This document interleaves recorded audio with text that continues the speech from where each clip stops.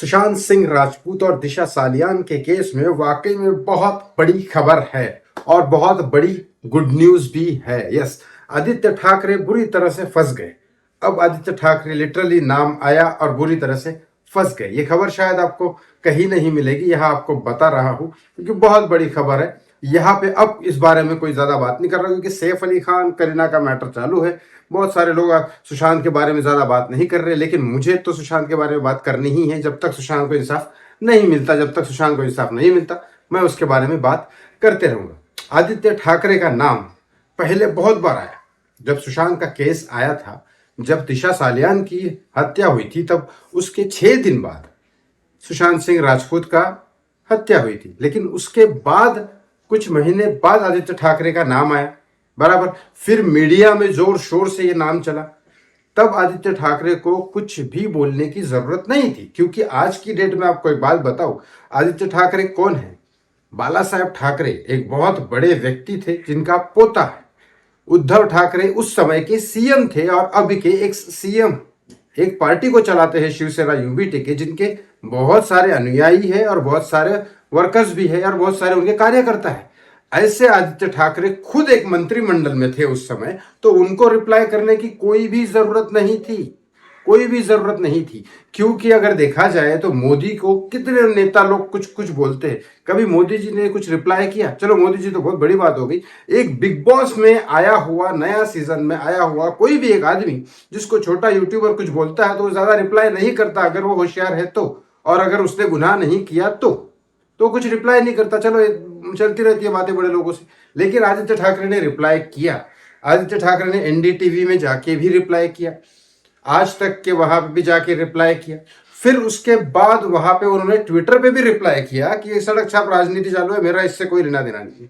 चलो ये एक बार रिप्लाई हुआ, जोर शोर से मीडिया सब जगह नाम चल रहा था। लेकिन इसके बाद कई बार आदित्य ठाकरे के बारे में नीतीश राणे ने बहुत सारे केसेस में बहुत सारी चीजें बोली, लेकिन वहां पे आदित्य ठाकरे ने कोई रिप्लाई नहीं किया। मतलब कोई घोटाला हो या कोई चीज हो, उसके बारे में आदित्य ठाकरे रिप्लाई नहीं कर रहे।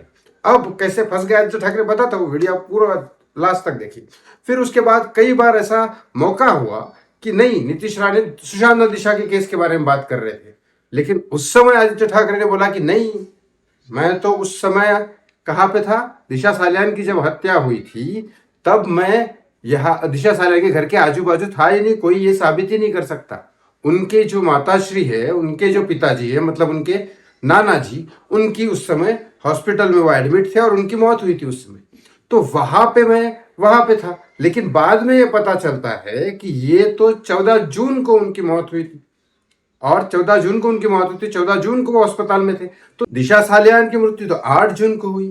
तो फिर ये 14 जून को जो बोल रहे वहां पे थे, तो ये 8 जून से मैच कैसे कर सकता है?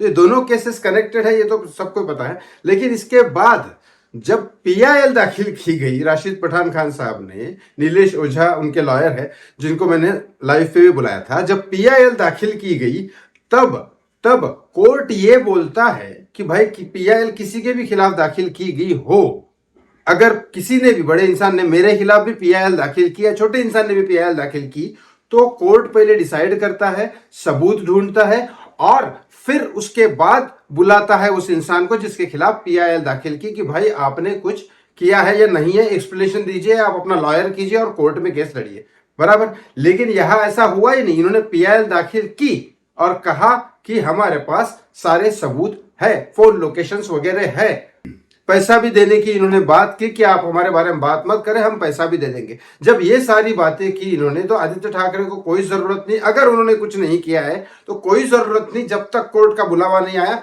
कोर्ट में नहीं जाने का। लेकिन ऐसा नहीं हुआ, उन्होंने कोर्ट में अपनी याचिका दाखिल कर दी कि भाई ऐसा ऐसा नहीं है और मैं बेल के लिए भी अप्लाई करता हूं। ये सारी चीजें आदित्य ठाकरे ने बोली। अब ये बोलने की, तीन बार बोलने की कोई जरूरत नहीं है। कई सारे लोग बोलते हैं कि मोदी जी का पाकिस्तान के साथ कनेक्शन है, राहुल गांधी का कनेक्शन है, और कई सारे बड़े बड़े स्कैम और कई सारी चीजें इन लोगों ने की है। लेकिन इस बारे में एक बार भी बड़ा आदमी कुछ बात करता है, बोलता है एक्सप्लेनेशन लाओ, कोर्ट में जाओ, कोर्ट में केस लड़ेंगे और बाद में साबित करके देता है कोर्ट में, राइट। कोई भी बड़ा आदमी, शाहरुख खान को कितने लोग कुछ बोले, आर्यन खान को जेल में तक डाल दिया, शाहरुख खान ने रिप्लाई किया 1% भी? उसको मालूम था मैं छुड़ा लूंगा, अगर बेटे ने कुछ नहीं किया तो मैं छुड़ा लूंगा, और किया होगा तो भी छुड़ा लूंगा। लेकिन यह बात यह है कि जब आदित्य ठाकरे ने कुछ किया नहीं तो 3-3 बार रिप्लाई करने की क्या जरूरत। अब सामने ये बात आई है कि बता रहा हूं किस तरह से फंस गया आदित्य पूरी तरह से, क्योंकि अब ये सामने बात आई है कि कोर्ट भी अपना एक्शन चालू करेगी। ये सोर्स कह रहा है कि कोर्ट भी अब एक्शन चालू करेगी, क्योंकि बहुत सारी जगह से प्रेशर भी आ रहा है पब्लिक की तरफ से, और अब कोर्ट एक्शन चालू करने वाली है और इस बारे में जाने वाले हैं। क्योंकि कई सारी बार मैंने बताया आपको, एक बड़ा आदमी तभी अंदर जा सकता है भारत में तब उसकी पावर और पैसा खत्म हो चुका हो, उसके पीछे के लोग उसको सपोर्ट ना कर रहे हो। जैसे कि संजय दत्त का मैंने बयान एग्जांपल दिया था आपको, संजय दत्त के पास सारी पावर थी, लेकिन संजय दत्त की जब सारी पावर खत्म हो गई, उसके पीछे बॉलीवुड सपोर्ट खत्म हो गया, बाल ठाकरे जैसी पावर वो जिंदा नहीं रहे थे, सुनील दत्त साहब जिंदा नहीं थे, और कई सारे अंडरवर्ल्ड वाले जो उसको सपोर्ट करते थे उन्होंने उनको भगा दिया था यहाँ से, मुंबई से। तब संजय दत्त की पूरी पावर खत्म हुई तो उसको जेल में डाल दिया। इसी तरह से अब आदित्य ठाकरे की पूरी तरह से, क्योंकि सरकार उनके पास नहीं है, अनुयायी उनके पास नहीं है, कार्यकर्ता बहुत सारे एकनाथ शिंदे के पास चले गए, बहुत सारे लोग बीजेपी को सपोर्ट करने वाले हैं, और बहुत सारे अनुयायी, बहुत सारे उनको मानने वाले कम हो गए। क्योंकि वर्ली के इलेक्शन में यह साबित हो चुका है कि आदित्य ठाकरे इस बार जीते तो है, लेकिन बहुत कम वोटों से जीते हैं। तो ऐसे करके जब उनकी सीटें भी कम हो गई, लोगों का सपोर्ट कम हो गया, ऑफकोर्स खिलाने में पैसा, वैसा खिलाने में भी पैसा जाता है। अब केसेस खुलेंगे और ये केस सबसे पहले खुलने वाला है, ये कोर्ट का कहना है। तो ये बहुत बड़ी खबर है। प्लीज इस वीडियो को ज्यादा से ज्यादा तक शेयर करिए। थैंक यू सो वॉचिंग मी, बहुत बहुत धन्यवाद।